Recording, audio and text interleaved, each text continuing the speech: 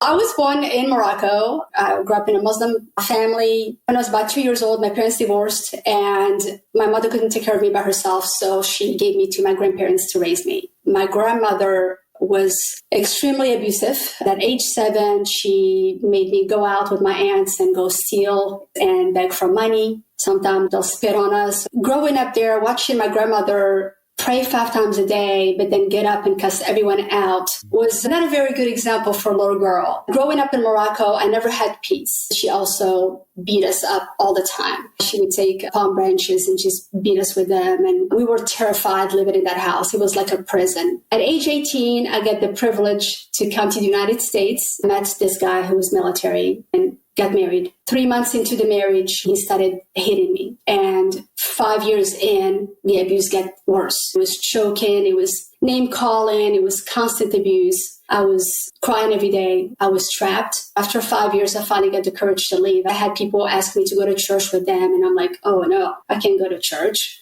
Allah would strike me dead. I had this fear of him. In 2001, I met my husband. He was a Christian, an amazing Christian man. I went to church with him. And when I walked in, I sat down and I started hearing the sermon. And all of a sudden, this peace just came over me. Before we got married, the pastor, he asked my husband, he's like, I know you're a Christian. What religion is she? And he's like, well, she's a Muslim. And he's like, well, I'm sorry, I can't marry you. My husband says, no matter what, I'm going to marry you. I love you, and I'm not going to force you to be a Christian. That is your choice. That is between you and God. And I realized God has been after me for a long time. And I just never given him the chance. And at the time I was like, I have nothing to lose. I'm going to give my life to Jesus. And so I got baptized, became a Christian. To have a father finally that loves me for who I am, that cares for me for who I am. When I became a Christian and I told my mother, she was like, no, you can't be a Christian. You're Moroccan, you're Muslim. And that's it.